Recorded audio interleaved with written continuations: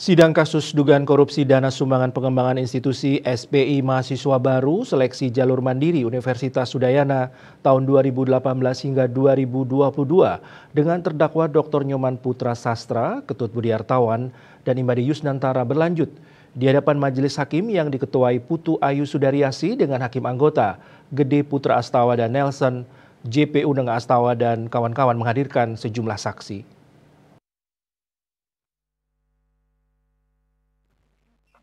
Seperti dari pihak perbankan dan juga Kabiro Umum UNUD Nimade Pertami Susilawati. Ada juga dari bendahara penerimaan. Ada hal menarik diungkap saksi, yakni saksi perbankan yang mana pihaknya memberikan 15 kendaraan pada UNUD karena menyimpan dana dalam bentuk giro bukan deposito.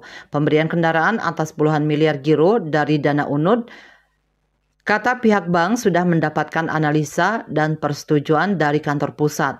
Sementara Kabiro Umum UNUD Nimade Pertami Susilawati menjelaskan, UNUD dapat fasilitas dari sejumlah bank sebanyak 30 unit kendaraan.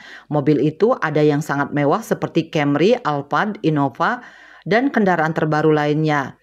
Kendaraan itu selain untuk fasilitas rektor juga digunakan pejabat lain seperti wakil rektor, Kabiro, bahkan unit sumber daya informasi USDI.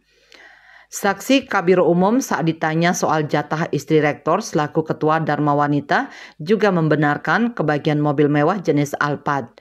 Bahkan platnya disebut plat hitam. Saksi awalnya mengaku tidak tahu karena pihaknya hanya bertugas dan menjalankan SK rektor. Saksi mengatakan iya, bukan hanya Alphard namun segala operasionalnya juga ditanggung termasuk BBM.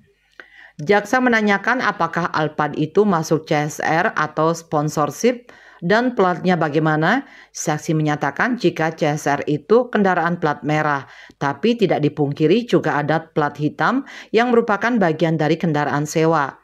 Dan salah satu plat hitam itu ada pada kendaraan Alphard. Saksi lainnya adalah bendahara penerimaan UNUD. Bendahara ditanya terkait rekening dan juga fasilitas kendaraan dari pihak bank. Saksi banyak mengaku tidak tahu saat ditanya di depan persidangan. Miasa Bali Post melaporkan.